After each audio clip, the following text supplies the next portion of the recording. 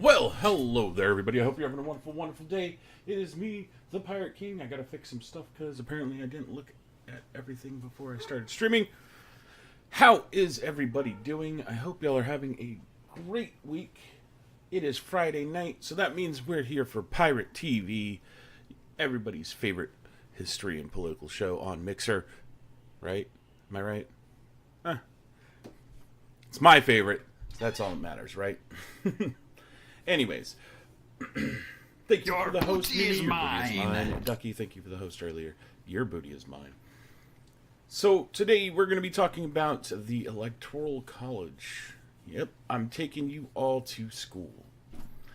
A little bit formal. I plan on starting, I want to start talking about the Electoral College at first. We might switch it up halfway through, depending on how fast we get through everything and, what we talk about. How's your day going there, Formal? I mean, what would you like to talk about? Other than how amazing I am, because we all know that's, that's consensus right there, right?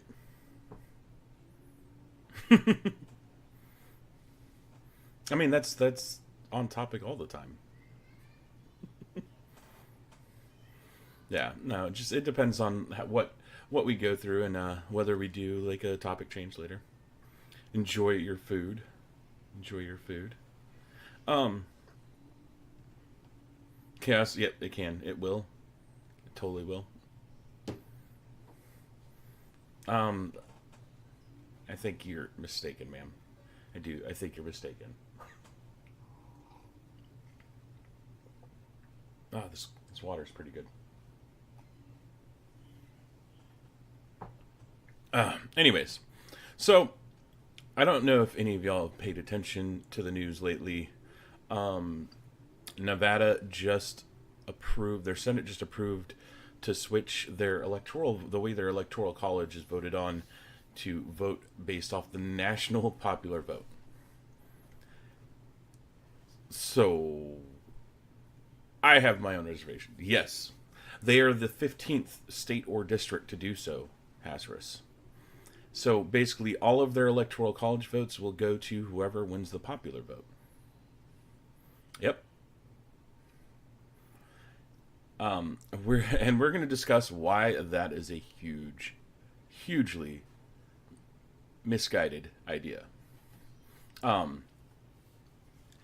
a little background: the Electoral College was set up as a way for our president not to be chosen directly by all the people, and it keeps the mob, I use the mob, in check, because you have people who live in different places, people who live, because, okay, the United States is a giant country filled with multiple cultures. And I'm not just talking about, like, the different people that came in. Like, there's a difference between somebody from New York and somebody from Florida and somebody from Texas and somebody from California and somebody from freaking Minnesota. They're, like, each area has its own culture. It has its own kind of people and who make it up. And it's not just one giant group of individuals living in a country together. It's smaller groups that make up this giant group. So people from different areas have different ideas on how their government should be ran and how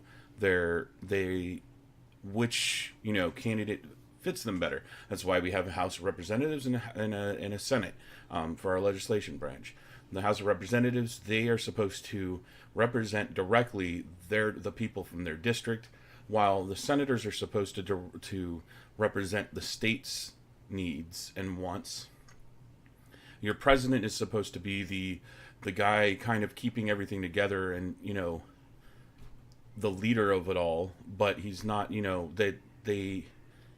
they're supposed to balance each other out. They're supposed to be able to, so, like, if a bill passes the House, passes the Senate, and the president doesn't agree with this bill, he'll veto it, and it gets sent back. And then the Senate and Congress can re-vote on it to overrule a veto if they choose to do so. This is just the way that our government's set up. It's meant to keep one group from being in complete power at all times. That's why we have, 6-year terms on senators. That's why we have 4-year terms on presidents. And it's meant to ensure that somebody is like one group doesn't control everything all at once, and they can't hold on to that power for an extended period of time. The problem is right now the only office that has a term limit on it is the presidency, and that was done after the death of Franklin Delano Roosevelt. Because before FDR, everybody did 2 terms as president. And they did it because that's what George Washington did. George Washington only served 2 terms. Honestly, George Washington could have been president until the day he died, because the American people loved him that much. So he said no. He didn't want to have a lifelong term.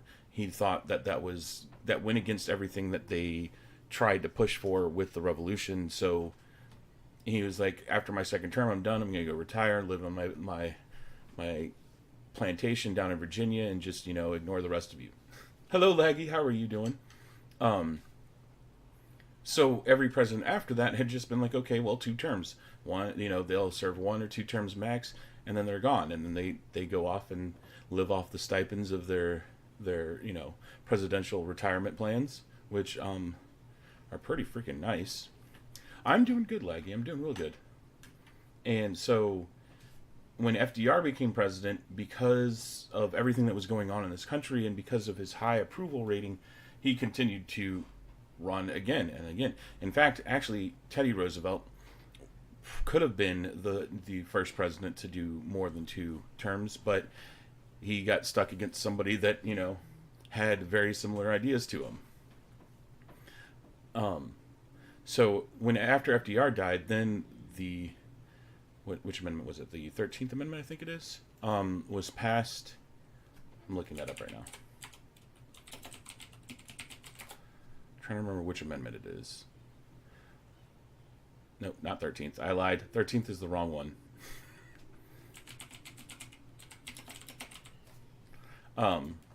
So they passed the amendment to make sure that no other president had more. They didn't want a president dying in office. I mean, because it kind of takes away from the office. Then you have a vice president who might not be a good president, and the only, he's just the vice president taking over. So I forgot which one it was. No, not that one. Oh, there we go. 20th Amendment. That's the one it was.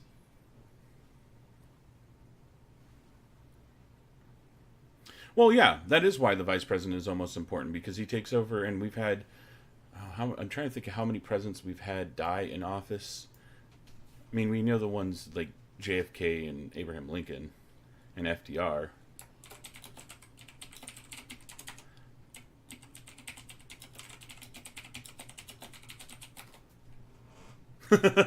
Asterisk. Let's see. Harrison died in office due to pneumonia. Taylor died because of acute gastroenteritis. Lincoln was assassinated. James Garfield was assassinated. William McKinley was assassinated. Harding died from apoplexy. FDR died from a cerebral hemorrhage, I believe. I believe that's what it was. Now, there's been quite a few presidents who have died in office, and their vice president has taken over. We had, Richard Nixon had to relieve his office after Watergate. JFK, yep. So, going off on a tangent anyways. So the Electoral College is based, if you don't understand, the Electoral College is based off of the number of representatives that represent each state in the House of Representatives, plus the 2 senators. So that's how they figure out how many electors you get for your state when it comes to presidential election. um, right now, the state with the most amount of electors is California, obviously because it's got the most amount of people. They currently, I believe, have 55 electors. Let's see. I actually have a map right here. Let me pull this up. Because I'm kind of prepared today. All right, so this is each state based on the amount of electors they have. You have Maine and Nebraska have they're weird because their electors, some of their electors are based off of the district's popular vote and not based off of a just the overall winner takes all format that that most of the states have. Yeah, so the next census in 2020 will change the way that this map looks for the 2024 election, because for right now, let's see, what are they saying right now? No, that's the wrong one. Right now the forecast is, I thought I had that already. Oh yeah, so right now the forecast is this is for after the 2020 census, which is where they get their data for the representatives. Arizona will be getting one elector. Colorado will be getting one. Florida will be getting two. Montana will get one. North Carolina will be getting one. Oregon will be getting one, and Texas will be getting three. And Alabama will be losing one. California one. Illinois will be losing one. Michigan will be losing one. Minnesota will be losing one. New York will be losing two. Ohio will be losing one, and Pennsylvania will be losing one. So this is, and Rhode Island and West Virginia will both be losing one. So this is just an estimate based off of where they're seeing populations move and stuff.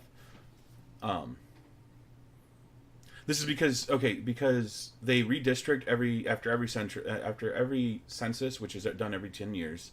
The last one was done in 2010. They redistrict the amount of representatives each state gets, because they maxed out back in 1911. They maxed out the total amount of House representatives to 435, I think. So there's only a pool of 435 representatives, and they're split up evenly based off of population per state. Now, every state gets at least one representative. So you have to, for the smaller states, the ones that have nobody living there, like Alaska, they only get one representative, but they still have 2 senators. So they get a total of 3 votes. I believe that's what it is right now. Yeah, 3 votes. And same with Delaware, same with South Dakota, Wyoming, Montana, North Dakota. Where was I at? All right. So because this is where they're projecting the populations are going to shift, which states are going to have a large boom in population, which will allot them more representatives in the House of Representatives. In Texas, as you can see, is their population here in this state is growing a lot. New York is losing a lot. For a state like New York to lose 2 representatives, that's insane. That just means a lot of people are leaving New York. Anyways, so this is basically how they set up, and then so then during the election, most of these states, like Texas, California, most of the states, whoever wins the popular vote in that state gets all of the electoral votes. Now, there have been some what they call bad faith electors who have either abstained or they've changed their vote, because the electors are supposed to vote one way or another. I think in 2008, Texas had one elector vote for Ron Paul, and then another elector vote for somebody else. Maine and Nebraska are different because they have some districts that their elector is voted on based off of that individual district and not over the overall state. So there's been times where Nebraska has had like three of their electors go one way and two of their electors go another way. Same thing with Maine. But now there's a total of 15 here. There's a total of 15 states currently that have approved this map. This is the map right here. That have approved to change over to a national popular vote system. So instead of the state people voting for, doing a popular vote and deciding where their electors go, now they're just going to base it off of the overall country's popular vote and which way it goes. This doesn't go in this doesn't go into. No. I would be more for the district outcome, Hasris. I think that would be the better way to do it. Especially in states like Texas, where you have such a diverse group of people, like between living in the cities and living in the rural. But what I'm afraid of is that the districts won't be set up. They'll be based off of like population. So what will happen is that the districts will be split up between this part of one city goes way out here into the country, and this part of this city goes way out here into the country. So basically the one reason why the Electoral College was made was to protect the people in the smaller the less dense populated areas. Yeah, no, I agree, Hazardous. But like I said, the only problem I have with that is the way that they map out the districts. And like if you could come up with a way to do so where you're not losing that rural vote. Yes. Well, yeah. I mean, for the most part, yeah. But the districts are done more by the representative district. Well, yeah. So it's done by the representative district, but then you have the two extra votes for the Electoral College because of the senator. So you'd have to like split it up in a different way. I don't know. It would just be interesting. It would be. I want to see how like Nebraska and Maine are split up and how they do their districts, just to see how what the difference would be. So yeah. So right now, if here, let me zoom in on this. Right now, all these green states. Whoa! Calm down. All these green states have already approved of the national vote push for where their electors go to the national. Nevada just passed the other day. So right now they're sitting at 189 electors.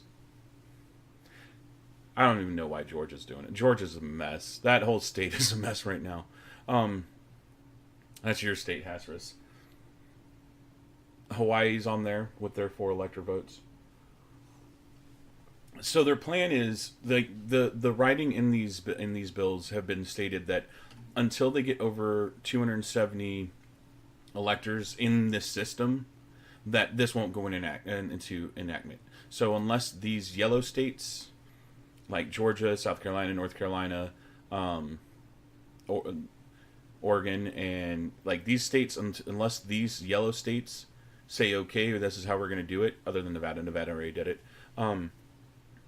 then they won't do this system. But once they get all these yellow states, then they'll do the system. So there could be, before 2020. The push for this system was because Hillary Clinton won the popular vote by 3 million people, and Donald Trump won by playing the game the way it's supposed to be, or the way that it's been set up. So hold on. That's something I'm going to bring up. What is this? No, that's not the one I wanted either. Dang it. That's okay. So this is from Obama's last presidency. Well, yeah, Hasris. But here's the caveat. I'm going to get into why this is a mistake. So here's Obama's last presidency, the last election he ran for. As you can see, a lot of this area is blue, a lot of this area is blue, all this area is blue because the West Coast is always blue. Um, and then here's 2016, and Hillary's one of Hillary's biggest mistakes was she ignored this area of the country right here, and so that's and Trump didn't ignore this area of the country. So he convinced enough people to come and jump on his side. Hillary thought these were locks because they were obvious, all for you know Obama 4 years before that, and that was one of the biggest. Oh, and then but like she spent most of her time in Florida. I think that's what it is. Hold on, yeah, she went to Florida 19 days. Or, yeah, 19 days she was in Florida. 17 days she was in Ohio. And then 14 days in Pennsylvania. This is after getting her nomination. And then before the final month before election, she spent most of her time in Florida and Pennsylvania. No, because California is a blue state. There's no reason to go to California. Just like there's no real reason for right now. Well, in the future, in the soon future, there might be, but in previous years, I mean, like Texas has voted blue. Hasn't voted blue, but maybe once since Jimmy Carter. Florida's only voted blue 3 times since Carter. You know, if I'm not mistaken, that's.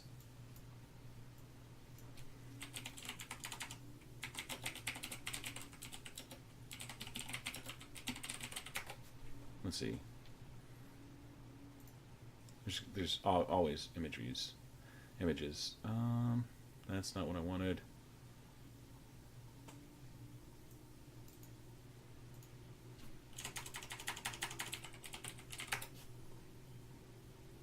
All right, here you go. Let's see. I saw this freaking thing the other day. What the hell?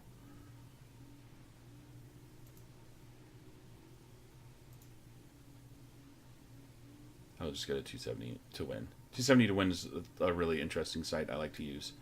Okay, so here you go. Yeah. Oh no, Carter was the last president voted that was a Democrat from Texas. Jimmy Carter. And this is LBJ. This is JFK. Yeah. Well, since 1980, since Reagan. Yeah, it's in the past almost 40 years. That's 4 decades of being Republican, getting the Republican vote. That's crazy. Like, but anyway, so like a Republican they'll come to Texas, but they won't spend a majority of their time in Texas. Um,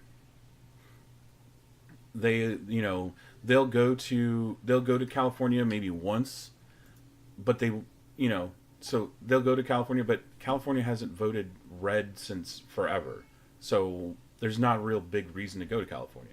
New York's the same way. New York's voted blue for forever. So a lot of these states, so they start to focus on what they call swing states. Your Florida, Florida's the biggest swing state because it's got the most electoral votes, and it's voted blue 3 times since 1976, which 3 times since 76. I think they voted in 76, and then they voted for Obama twice. I think, yeah, they voted for Obama. The population of Austin, I think, is at like 1 million, maybe not even.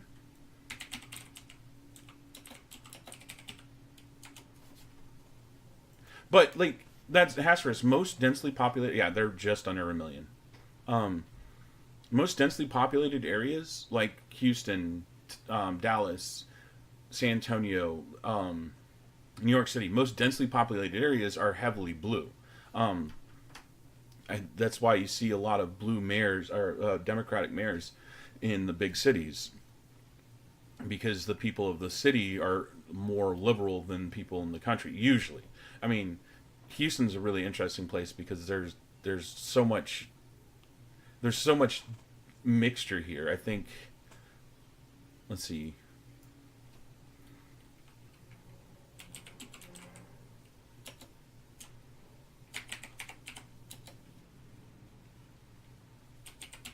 Nah, that's not what I wanted. Oh no, I already have it here, don't I? I can go. There's got to be something I can look in here. No, not there.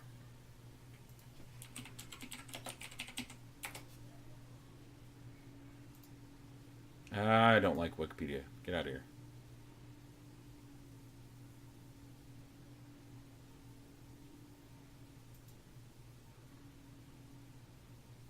So yeah, like Harris County, which is where Houston is, majority were Clinton. Dallas was majority Clinton. Hayes, like most of your major cities are blue. It's everything else that's red. See, because with the way that the presidential election is done by county and not by like representative district. Why would you be surprised with that?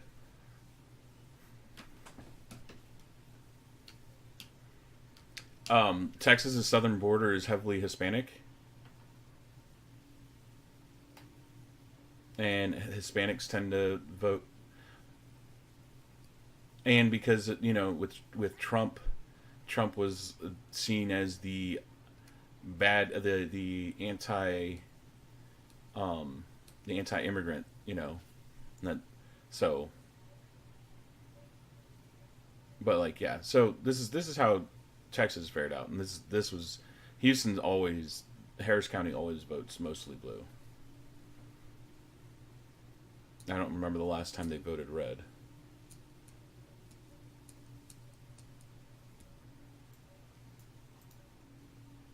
Even the Libertarian got almost 100,000 vote, or he almost got 300,000 votes.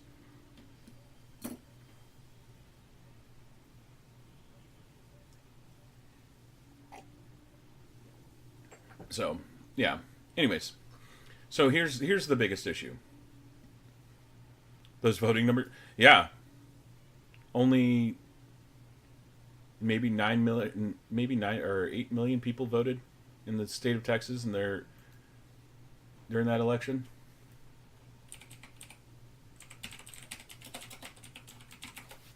And the population, I think, is around 30 million. Yeah, that's less than half. It's like a third of the population voted. I mean, yeah, most of the people in the not all the people in the state are over 18, but that's still a third of the population in Texas voted in the last election.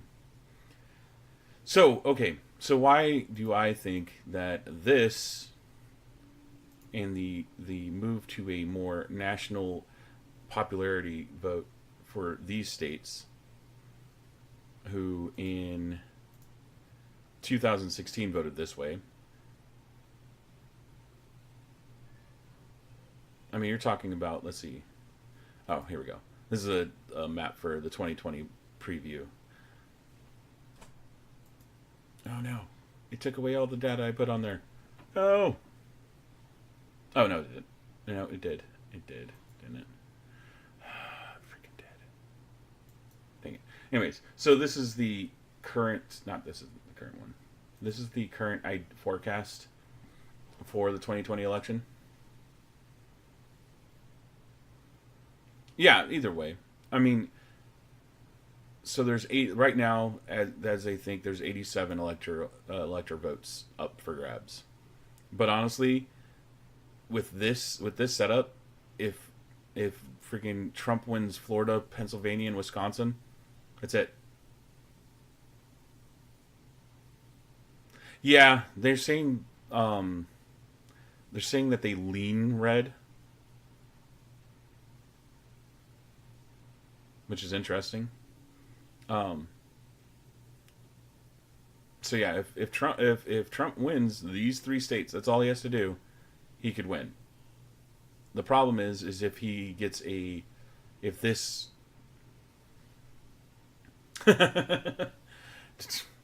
I wish more people would vote.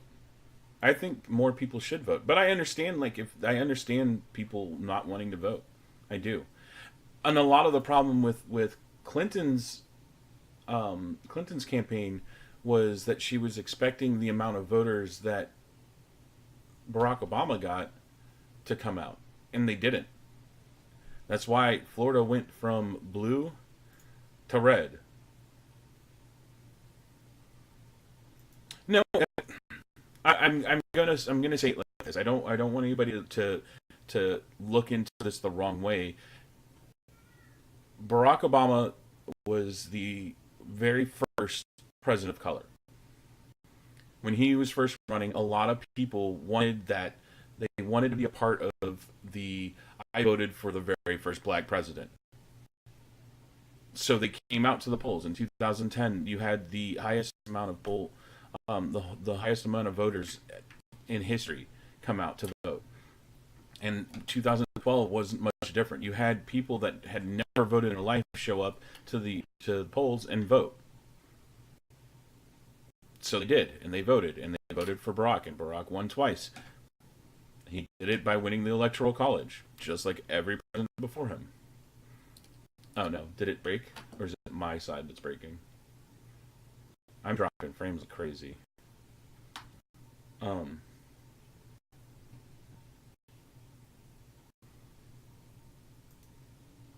so yeah, you know, the reason why so many people came out to vote was because a lot of people of color came out and thought it was their duty to put a person of color into office.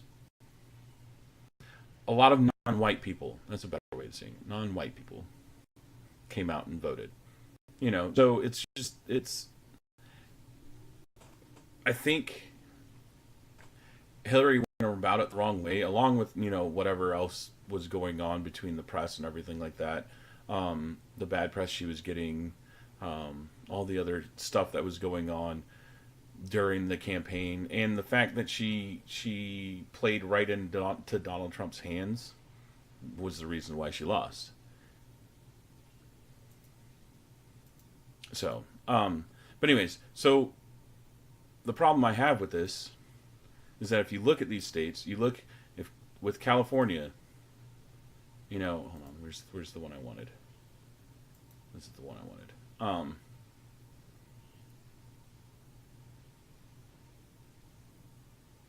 Is that the one I wanted? I don't remember. Okay.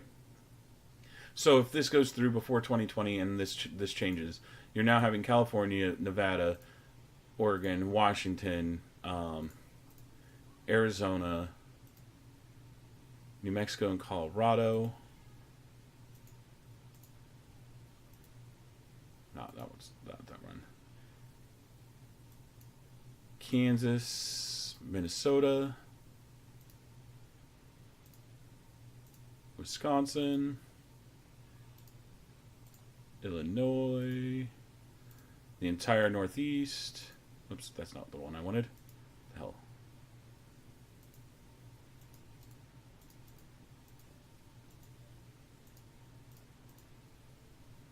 Basically, that whole area up here.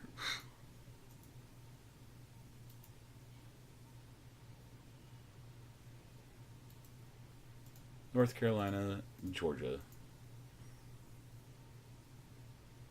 Well, this is why it's going to encourage more voting.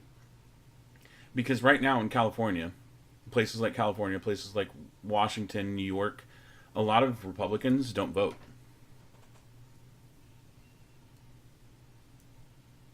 They don't vote. So now that California's votes aren't just going to go and just be for California. Yeah. Now, because California's votes don't just go for California, they go for all of this, all these brown states right here, all these brown states. You're going to see the people that haven't voted, the Republicans that live in California who haven't voted in the past, 10, 15, 20 years, they're going to come out.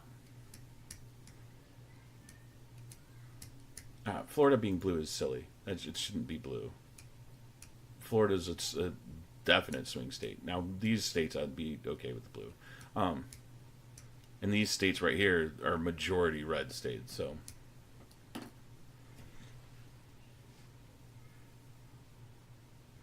My biggest problem with everything is because of the way the Electoral College is set up. The way the Electoral College is set up, it's set up to where the people in these states out here, the people in these states right here still get a chance to get heard. If it goes to straight popular votes, the only places presidential nominees are going to go: California, Texas, Florida, New York. That's 1/3 of the population right there in those 4 states. No, yeah, it's over 1/3 of the population in those 4 states.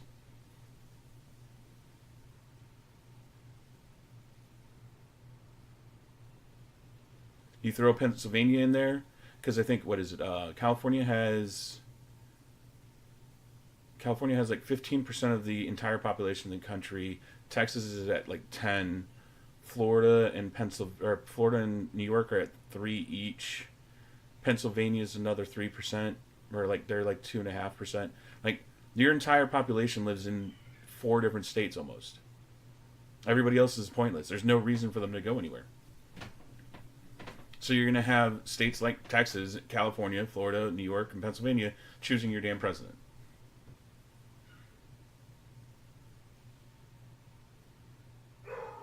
And that's one of my biggest issues with them moving away from the Electoral College, because then you have, Nevada. Nevada is a small state. They don't have a big population. New Mexico's a small state, doesn't have a big population. Maine and New Hampshire and Vermont, they're really small states. They don't have that big of a population. You're letting your president be chosen by people in 4 different states. In states that have nothing to do with you. And I'm not a fan of that. And that's why, like, in the swing states like Illinois, Michigan, Ohio, Florida, these states, they're not always the swing states. So the swing states will switch. Like Missouri sometimes is a swing state. Pennsylvania is always a swing state because they have a big population, but they're never like one way or the other. So it gets the presidents to go out and see these people. It gets the nominees to go out and talk to these people and actually have to campaign in these areas that are not large like Texas. They're not large like California, but they're a big part of this country. Michigan is still where most of the autos in this country are made. Michigan and Virginia. You have a lot of industry here. You have a lot of blue collar workers here.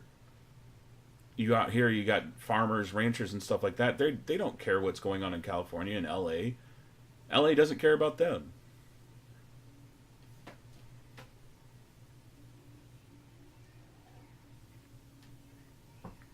So we'll be seeing, if this does happen, I think, and what makes me laugh the most is that it's more the Democratic states, the ones that always consistently vote blue, that are going for this, and it could end up hurting them a lot more than it's going to help them. And it's all based off of we don't think that the system currently is fair. Why is that? Oh yeah, I clicked on that because it's something else. And especially with states like Texas and Florida getting more electoral votes, they're getting a little bit more scared in New York too, because they're losing the amount of power that they used to have in the Electoral College. I don't know. It'll be interesting to see where this goes. I know my thoughts of it. I live in Texas, all right? I live in one of the states with a high population that votes one way, and I don't vote that way.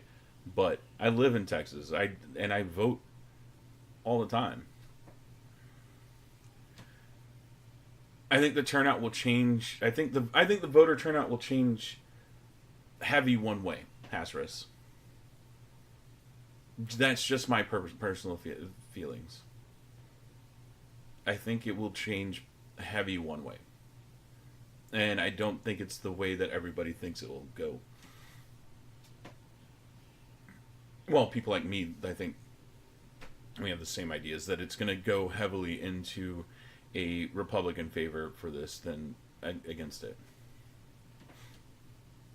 Hasters, I haven't voted for Democrat or Republican in like two presidential cycles. I'm an independent. I get told all the time, "You're throwing your vote away. You're throwing your vote away." No, I'm not throwing my vote away if I'm voting for the person I want to be president. I'm not voting, throwing my vote away if I'm voting for the person I actually want to be in the office. Why is that throwing my vote away? Oh, because you're hurting this candidate or that candidate. Oh, I know. No, I know, Hasters. I know there's people that don't at all. There's people here, well, not so much in Texas. Texas is a weird place. Texas is an interesting place. There's enough people in this state that vote one way or the other that it's not. I don't know if Texas will be the red state forever. I think they're going to be more of a swing state, especially with the amount of population coming from other places. But it's going to be it's one of the heavy hitters every year. So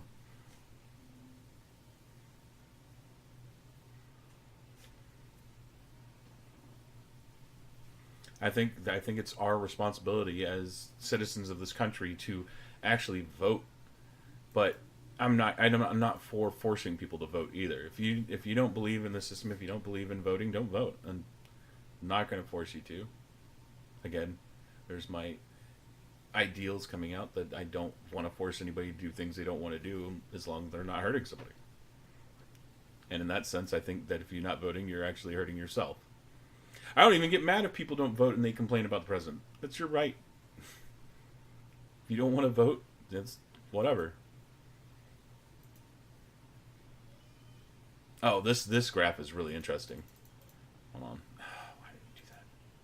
This shows you the election results since.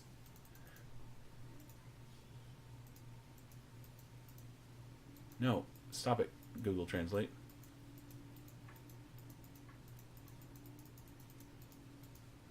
Ah, all right. This is from 1789 to 2012. I'll zoom in so y'all can see it. Whoop, not that far. And then right here is all the.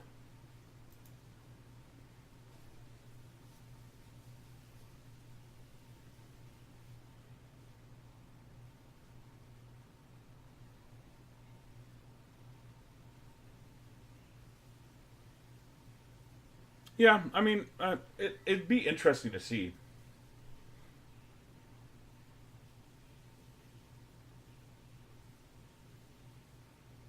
Wait, hold on. I need to see this. Is that right? Wow.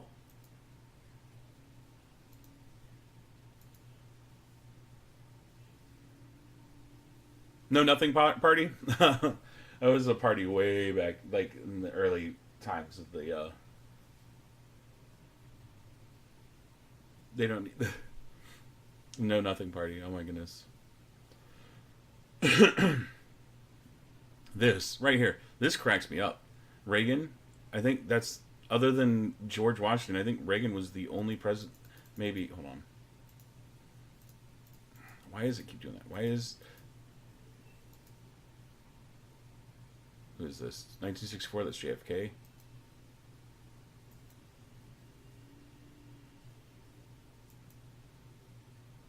Alabama was independent for 1 year. Yeah. Okay.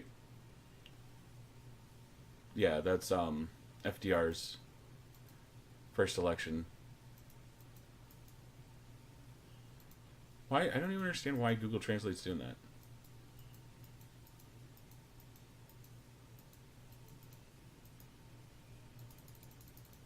It's just weird to see that solid of a color. Oh, the Progressive Party in 1912.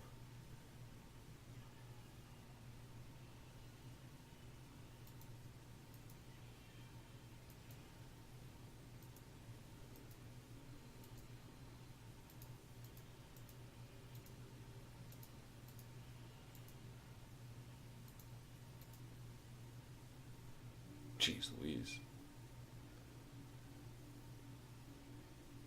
72, who was that? That was Nixon, right?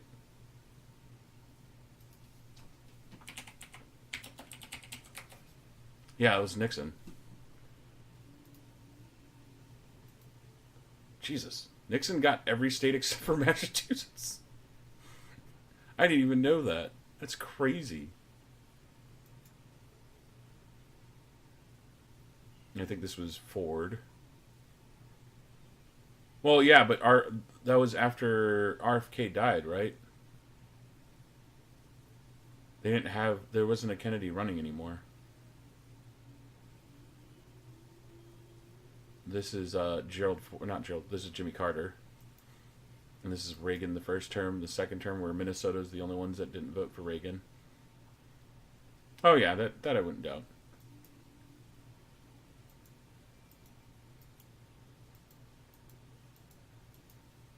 I like seeing the changes in the way that the Electoral College is voted. This is George Washington, the original George W. Unanimously voted by the Electoral College in 1792. George W, the original. Here's the this just made me laugh. I enjoyed seeing this whole thing. Let's see. Yeah, so I don't know. We'll see how it all turns out. I'm interested to see. I'm interested to see how this, if they do go to a national popular vote, the way that or what will come out of it, whether what they are hoping for will come out of it, and if they, because it's just, I don't know. You're giving up your electors to somebody else, and I'm not a big fan. I'm not a fan of that. I'd vote against it if it was they would try to push it in Texas, because I think the state of Texas should vote for its own damn president, not like break off. I mean, I think that their electors should go to their president, the president that wins the state. But I would be interested in seeing the like a district, how they would formulate a district elector system here.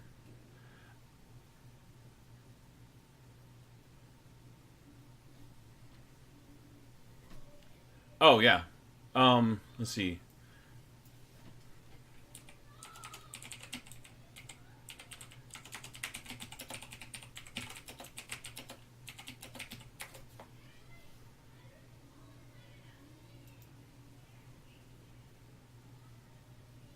Ah.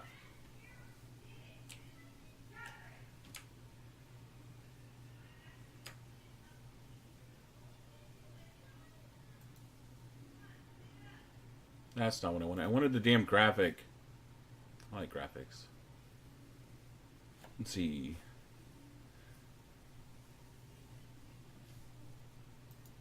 That's not the one I wanted.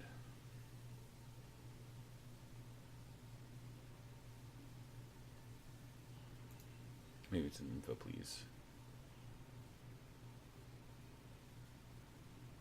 No? Damn it.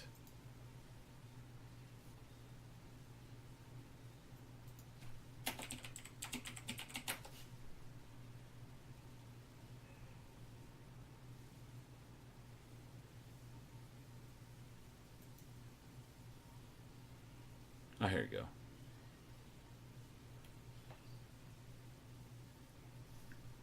Mm-mm-mm. this one does a good job of doing it. Maybe this image. Well, no, that image sucks. Why is it so small? There we go. Comparison of popular votes totals. Oh, that's just the vote totals. Damn it. I guess this graph is good enough.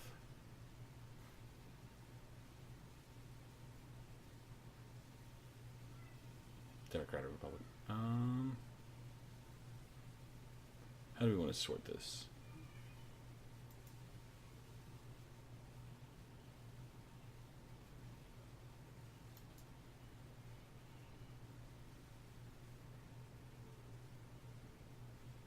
Oh, okay, here. So here it is right here. These two columns right here.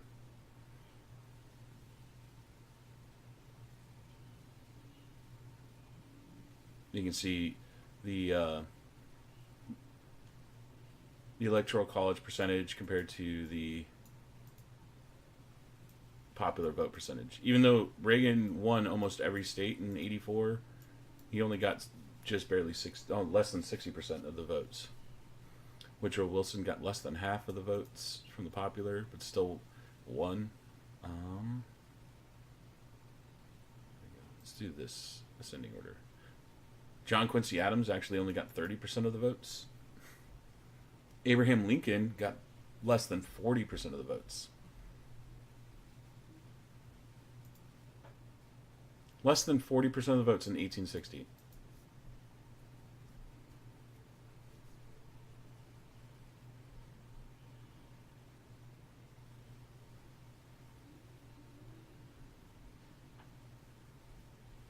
Although apparently he still won the popular vote, I think. Yeah, he still won the popular vote because the negative means he lost the popular vote. Yeah. Nixon barely won the popular vote. So the margin of the popular vote is also important.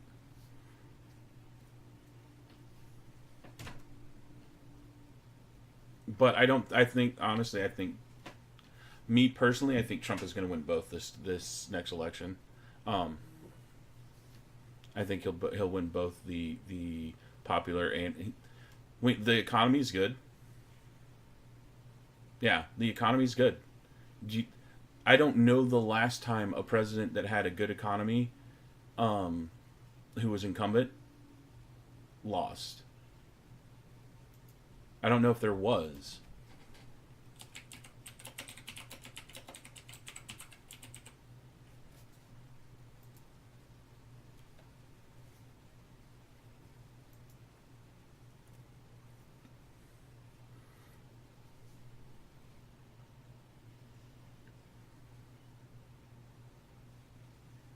Yeah, so there's only been 5 incumbents that have lost the election. 5.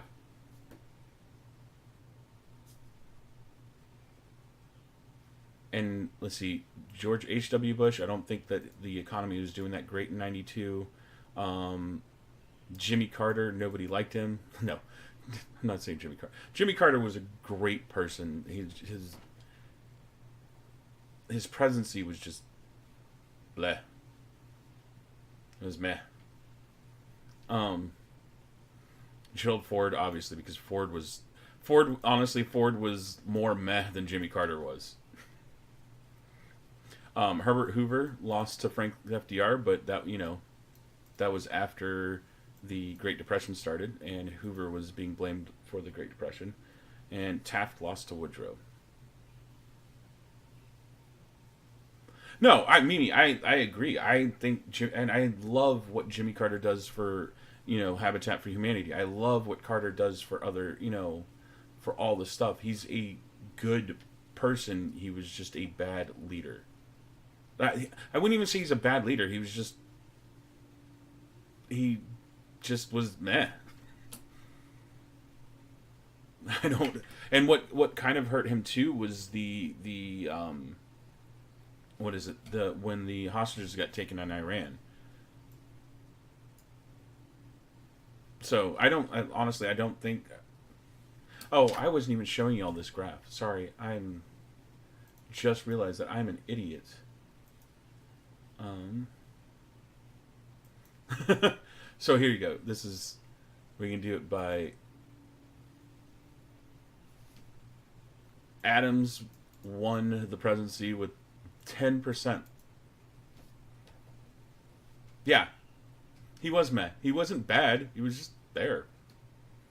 I was totally monologuing, but I was using this graph. I was trying to show y'all, John Quincy Adams, not John Adams, his son John Quincy Adams won, even though he lost the popular vote by 10%. Rutherford Hayes lost by 3%, still won by the Electoral College.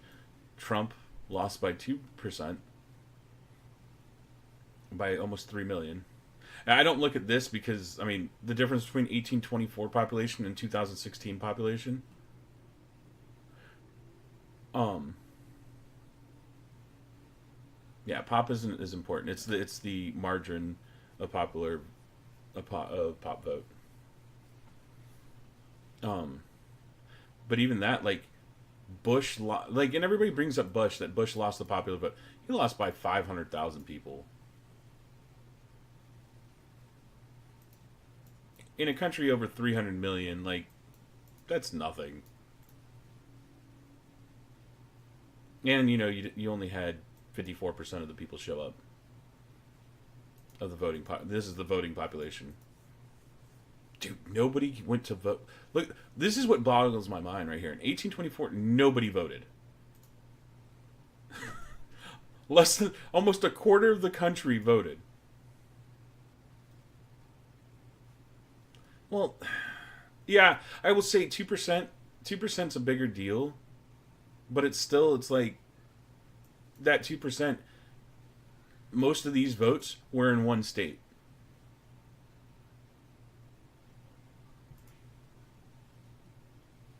The problem is that like a place like California and a place like um, New York, because they're so blue, that after that 50% mark of your voting population votes blue, like that's wasted votes afterwards. You're throwing votes out, not throwing votes out. You're just voting and you're voting over. So once you hit that 51% of the voting population vote one way, like everything else is just extra and means nothing.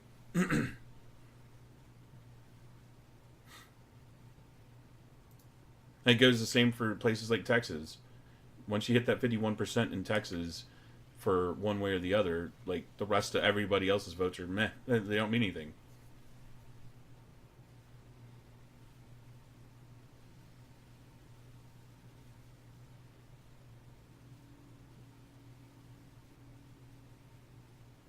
What about his second term? I want to see his second term. Where's the second term? See how many people came out for his. Oh, that's actually pretty decent right there. The fact that in George W's first term, he only got 54% to come out, and then 60% his second one.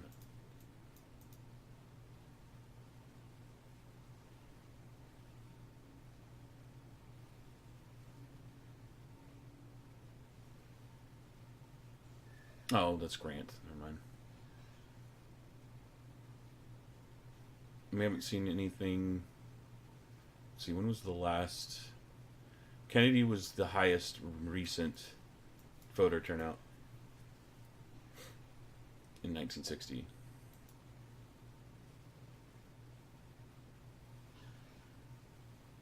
And he barely won the popular vote.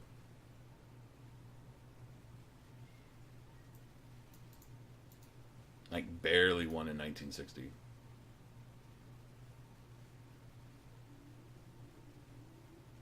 Like, looking at these numbers, they make me. They. I didn't see these. See, I didn't see this graph before.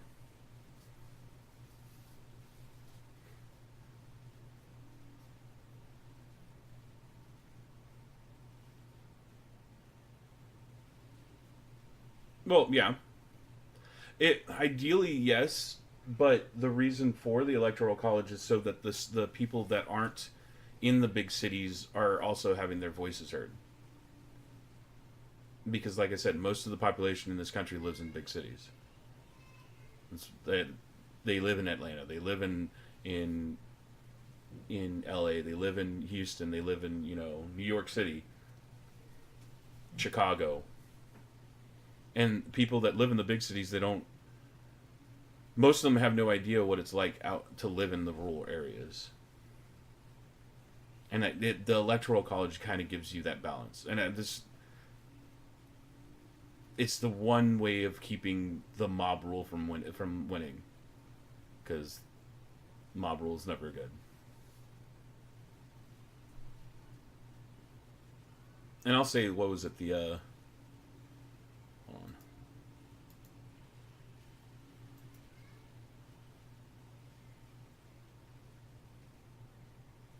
Oh, that's not what I was looking for.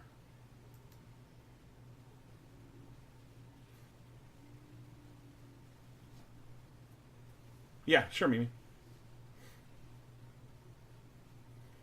Yeah, I don't either, Hasris, and I would like to know if I could find somebody who knows how the districts are awarded in Maine and Nebraska.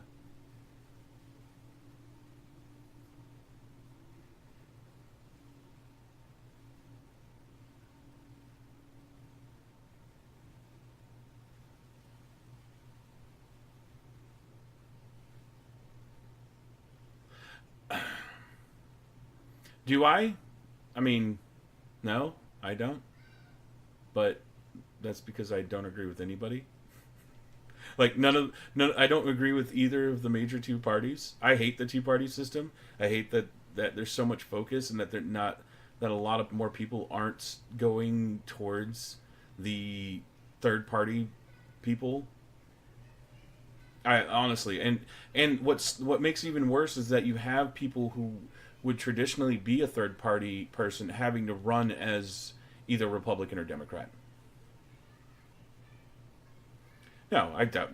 Like I that's local elections mean a lot more to me than national elections. Honestly, what the president to me, I vote based off of trying to balance security of our from foreign threats and trying to balance secure not going into like I'm me personally, I'm an anti-war person. I'm not into intervention. I don't want the president to send troops to countries that are non-aggressive, that aren't aggressing us.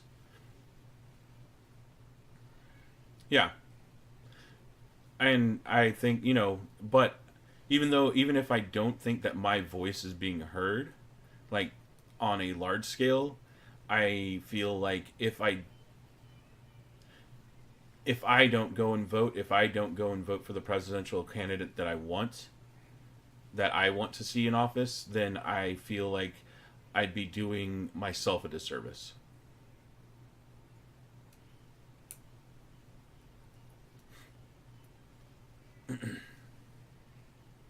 And I think that if you make it to where for this is my honest feeling, because I've lived out in the country. I've lived in big cities.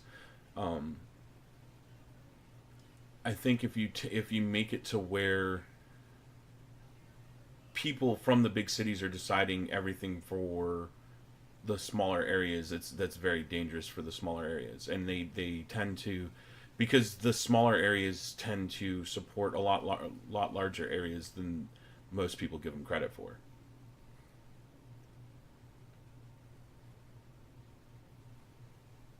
Yeah, I wish more people would vote more independently. I wish more representatives and more congressmen would feel more secure in running in their actual, where they fit in.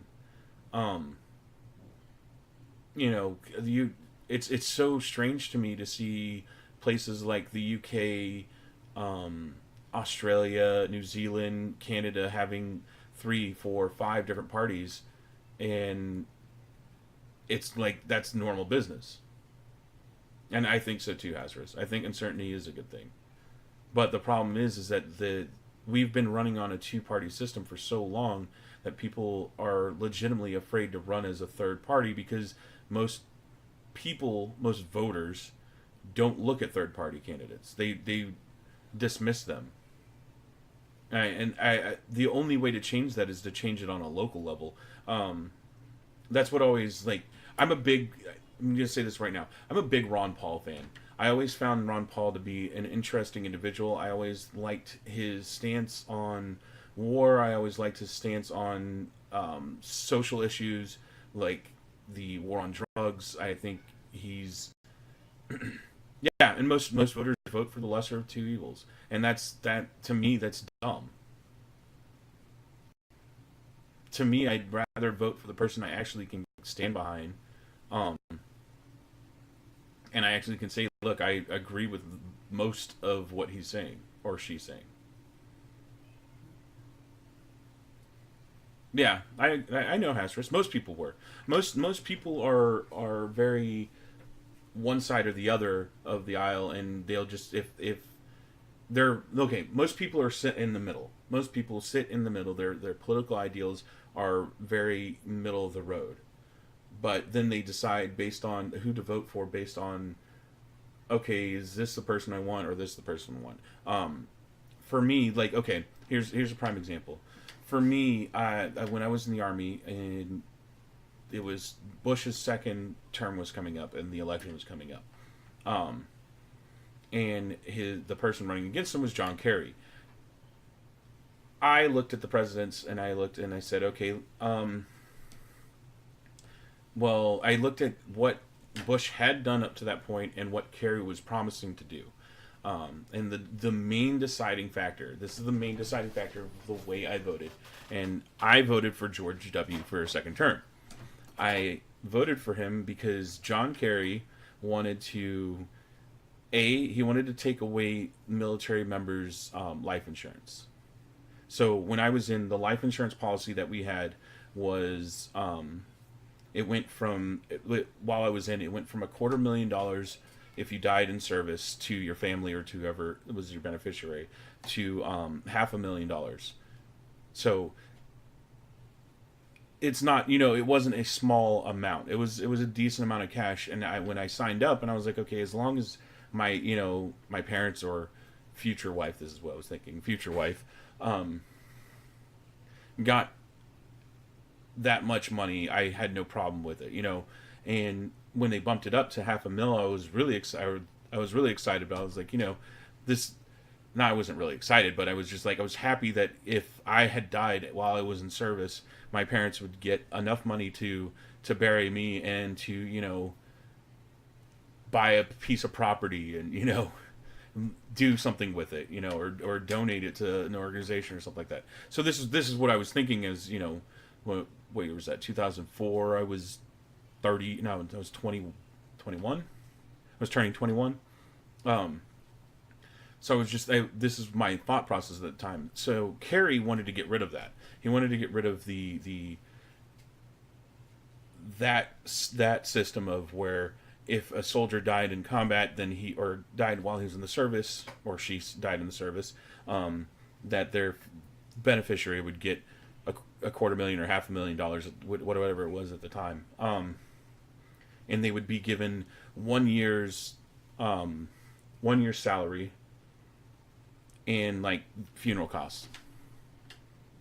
1 year salary for a E1, E2, E3, one of the younger guys, the guys that are at most of the time on the front lines who are actually in combat. And I'm not saying that the E5s and E6s and 7s aren't seeing combat, but I'm saying the guys who are more likely to be in the front lines, their families, whether they're married, whether it's just going to their parents, whether they have kids, they would only get 1 year salary. That, what a 1 year salary for an E1 was at the time? Like $25,000. These are, and to me I was like, these are kids that are serving the military, that die in the service, and their families are getting, you want to give their families 1 year salary. No, it hasn't gone up much since then. I mean, it's gone up, but it hasn't been as big of a jump as it was during the Bush administration. During the Bush administration, we were getting yearly pay raises, and it was a decent chunk. Yeah. Um, so to me, I was just like, this guy's a veteran, and I was looking at Kerry, but both of them were veterans at the time. I mean, George W. was a National Guard, Texas Air National Guard.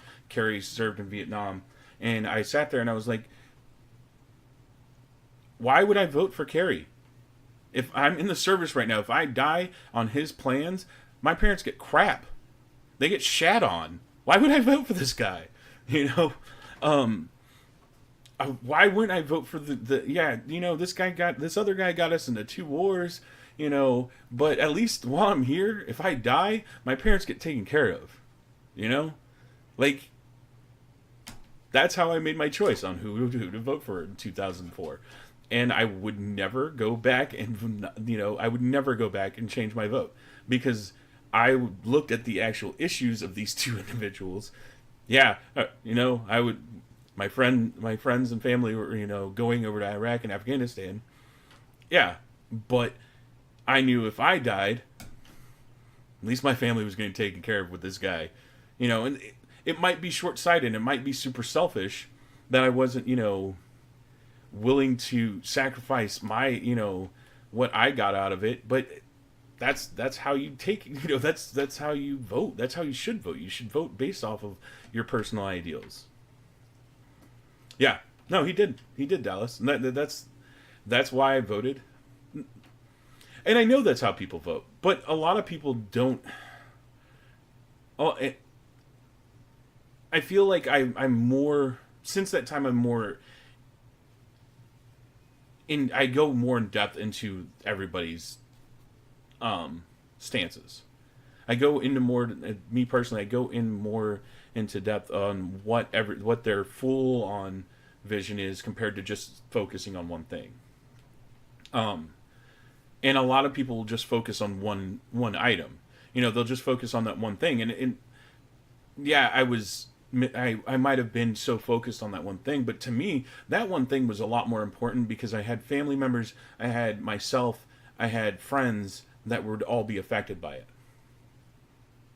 And I think to me that I ignored everything else and I just focused on that. So because I was just so selfish, and I don't regret it because I wouldn't, like I said, I wouldn't change that. I wouldn't change it. And now, like, I look at candidates and I'm like, okay, well, what's their stance on this? What's their stance on that? I look at conservation, energy conservation, and the ecology is very important to me. I'm all for, trying to become clean, cleaner in usage of power and the likes of that. But I also know that it's not just all right, let's turn the switch on, and this system goes into place. See, and Dallas, honestly, that's one of the reasons I didn't vote for him. I think he's a dick, but I understand why people voted for him, and I'm not going to judge you for voting for him. I do. I voted for, I won't lie, I voted for Gary Johnson, but that's because he had more things that I agreed with.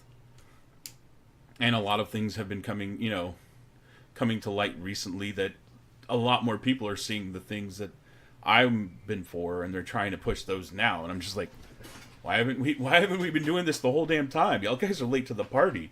There was a video I saw recently of, who was it? Alexandria Ocasio-Cortez, representative from New York, asking Ben Carson, who is the Secretary of Housing, I think, asking him about, what with all the things that, why can't we change the way that we approach the war on drugs to actually try to rehabilitate people instead of just locking them up? And he was like, I agree with you. And I'm like, Ron Paul said this freaking 10 years ago. Where the hell have you all been? Like, this guy over here ran for president, didn't win, has been saying the same damn thing, but y'all act like this is the first time y'all have ever brought this up. No, like, where's everybody been? I don't know. It made me laugh because I saw a very prominent figure. Oh, this is amazing. This is the first person to bring this kind of thing up in a public forum and question whether we're doing. And I'm like, no, this has been a debate from the freaking libertarian side of things for years. For years. Where y'all are just coming around. Like, I don't know. It just makes me laugh. I have no problems saying that I'm a proud libertarian and that I think that people are interesting when it comes to, oh, we're against this guy. We're against this guy. Why? Because he's for, legalizing drugs and changing the way we interact with other countries. All of a sudden now everybody that you're voting for is wanting to legalize drugs and change the way we interact with other countries and treat each other? I don't know. Sorry, I'm going off on a tangent. It just makes me laugh. I know, I agree.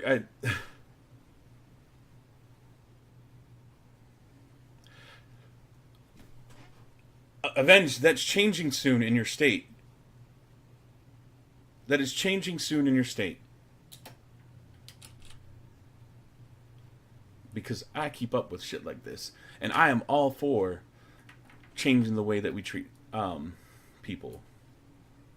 I know. So you'll finally I don't want to put your personal business out there. Voting age should be 18. No, voting age should be 18. I think drinking should be dropped to 18. If you're gonna have one standard of when you think people are adults, that should go for everything. When it comes to alcohol, when it comes to tobacco, when it comes to joining the military service, 18 years old is an adult. That's when they should be able to do everything. Like that, Dallas, I've been a strong proponent of that. That's why I was so happy when I got stationed in Germany, because I didn't have to worry about not being 21 to buy alcohol. Yeah, I don't want to put your business out there, but yes, I'm all for that. Yeah, I enlisted at 18.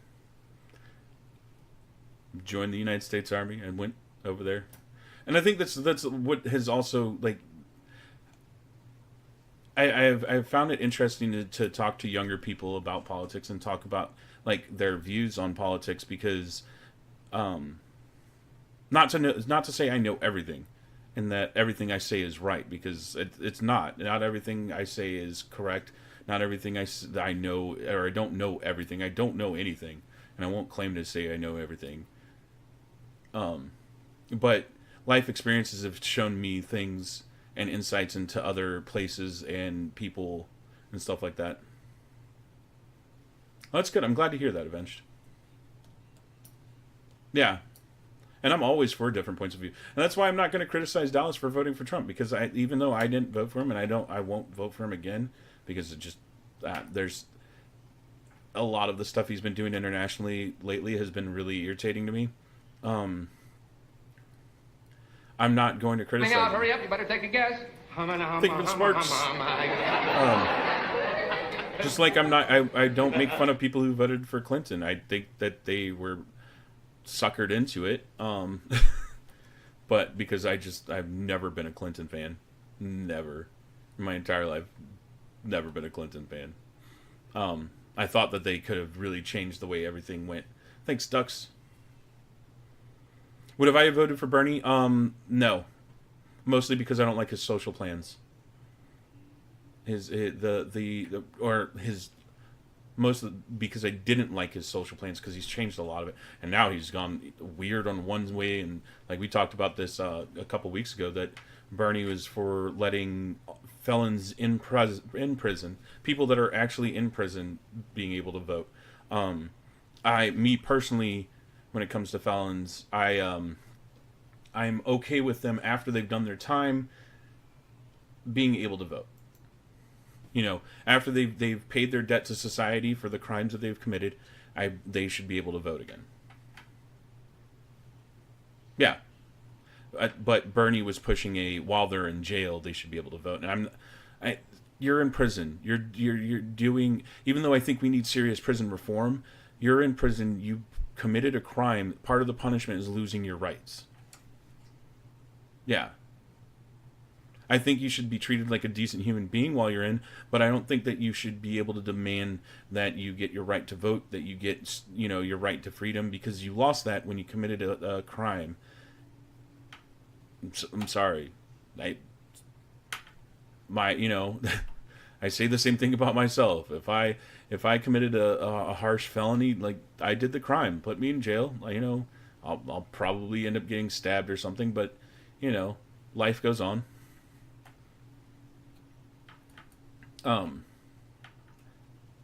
What, Mimi? Mimi, I'm a big dude. You've seen me in person. I'm a big guy. That makes me a big target.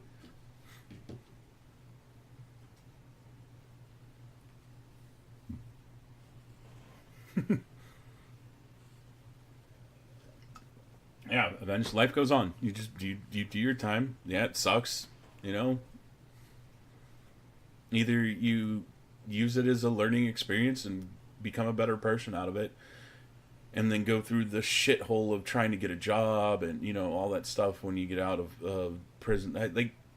This is part of my problem with the prison system currently, is that they no, yeah, we definitely need prison reform.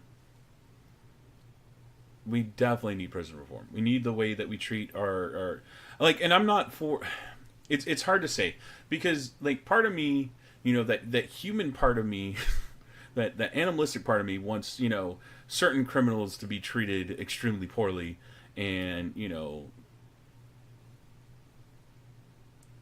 but then the more humanistic side of me wants people to become better, and there are some people that can be fixed, and there's some people that can't be fixed, and trying to find that middle ground is the hardest thing, I think.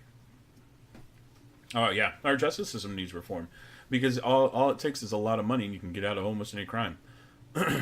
Spay your murders.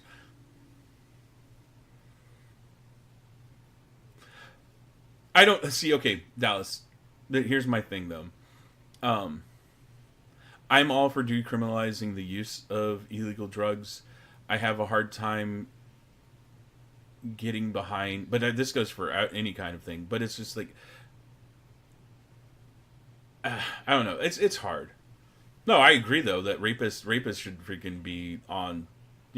That's rape is one of those crimes that make you want to physically harm somebody else. Yeah, that is inhumane, Mimi. Yeah, I think I no, I agree with that, Dallas. Yeah, I know, Avenged. Oh, I know. I get it, Mimi. Like I'm believe me, when I see, when you see in the news somebody physically assaulted somebody in that forum, like, it's that makes me extremely angry. Like, it does. It makes me unreasonably angry. Like, if it would be hard to restrain myself if I was in a vicinity of the person. I'm all for that, Allie. I'm all for that. I'm all for that. Yeah, I agree, Dallas. I'm all for castrating. I like how we've gotten but this is what I wanted. This honestly, I knew we weren't going to be able to spend most of the time on the Electoral College. I just wanted to talk about it because I think it's an important thing. Yeah, see, just send them all on an island together, right? Find some island, pull in Australia, send all those people there. Kentucky.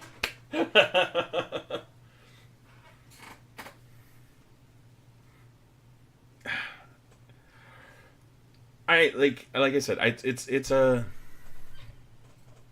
I go back and forth on the death penalty. I mostly because the people on death row are living pretty great for 20, 30 years after they've been charged. Exactly, Bench. Just put them all on an island and let them, let them take care of each other. Just ignore them. Um, well, Australia was more of a debtor's prison. That most of the criminals that went to Australia were in debt or had no, not anymore. Obviously, ducks. Australia doesn't exist. I like to call it pineapple upside down land. Um, it's funny, Dallas is a couple years ago. I said that we should take death row inmates, and I'm not. This is out of jest. Before I go into this, I said we should take death row inmates and have gladiator competitions. Yeah, Hasris battle royale. If you win, if you live, we're gonna go. We'll put you out on an island, and you can live the rest of your life out there. Like, straight up. Why not? And then televise it because you know what? We're all sick. All of us humans are sick. We enjoy our blood sports. That's why we watch football. That's why we watch MMA. We have a need to see violence for some god awful reason. He was in what was that one called? I'm trying to think of all of his movies right now. What was that movie called?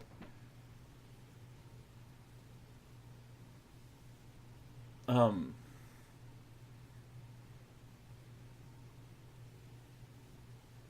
I don't know.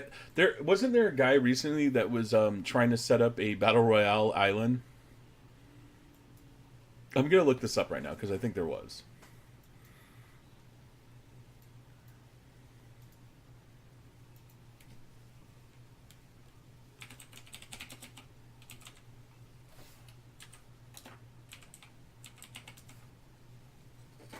I'm looking up Arnold's movies real fast as I'm also looking up.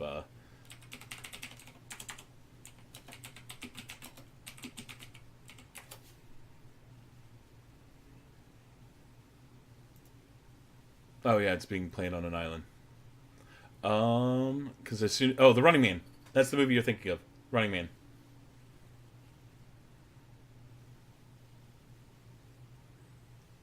I knew as soon as I just glanced at it. I knew as soon as I saw it.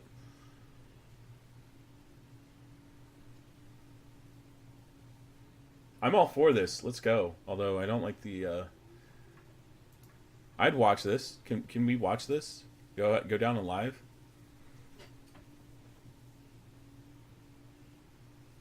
Well, less stealth and guns. Aw.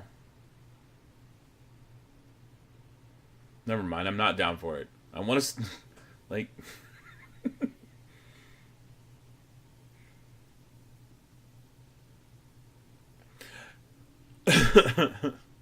You be quiet, Games Radar. Nobody cares. Um, you learn so much about your friends. Like I don't know. I'm all like, I think it would be interesting, because death row inmates like they literally they sit on death row for 10, 15, 20 years. They put out appeal after appeal after appeal and extend it. We all do have pitchforks and we all do have pitchforks and torches. We all do, all of us. I'll pay premium for cons to fight. Right? Right, Hasris? Let's pay the premium. Let's go. Can I get this on pay-per-view, please?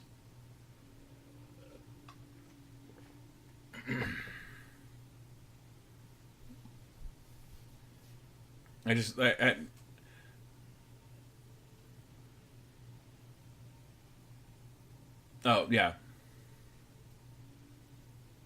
Oh, see, Dallas, that's... Okay, this is my problem, Dallas, with that. That is literally torture.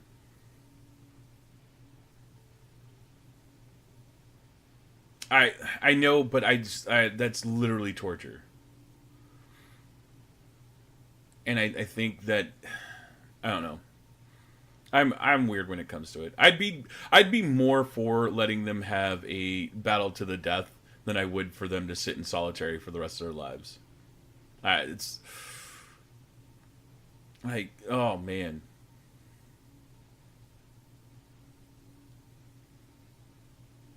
Yeah. I don't know. That's a little bit more extreme. I don't know. But I guess it's just me. Yeah, no, I do too. I do too, Mimi. I believe that again, this goes back to, what was it, last week or the week before, where we were talking about the Fourth, Fifth, and Sixth Amendments. Um, I think that the basis for our judicial system is well thought out, because it makes it to where you have to prove guilt. The state has to prove guilt. And I think that system had been taken advantage of, because by the state, like, especially when it comes to people who can't afford to have a good lawyer, the state takes full advantage of it. And I think that as our technology gets better, though, we'll definitely get... I hate to say it. As technology gets better and faster and more concise, we'll get a more fair system. Oh yeah, Dallas. Well, I mean, in the court of public opinion, it is. Um, I really have to pee though, guys, so I will be right back. Don't go anywhere, and we'll be right back. Looking at the clouds, making sure that you admire. You can't stop it now, 'cause you don't know how.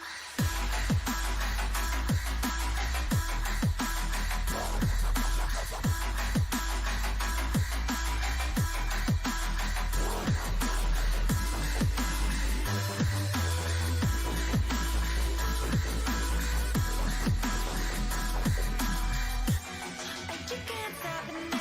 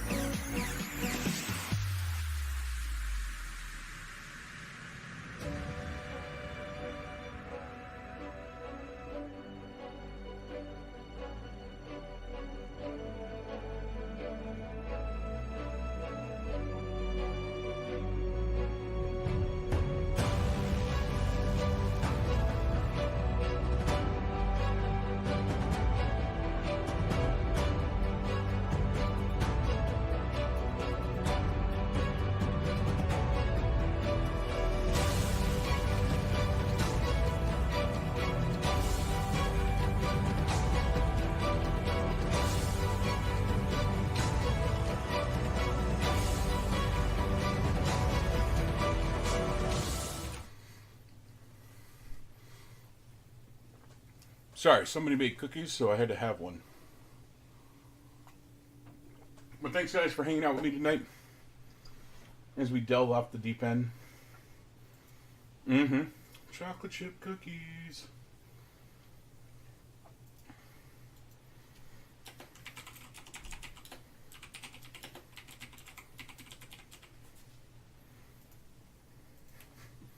There's no cookie tax. I take the cookie tax from the children that live in my house. I do that all the time. So, like, every, they're my nieces and nephews. Like, every Halloween or Easter, I go and I learn, all right, I got to take 20% of your income. I'm like, what? They're, like, in between the ages of 2 and 8. So they don't understand it. I'm like, just get used to this. Somebody else taking what you got.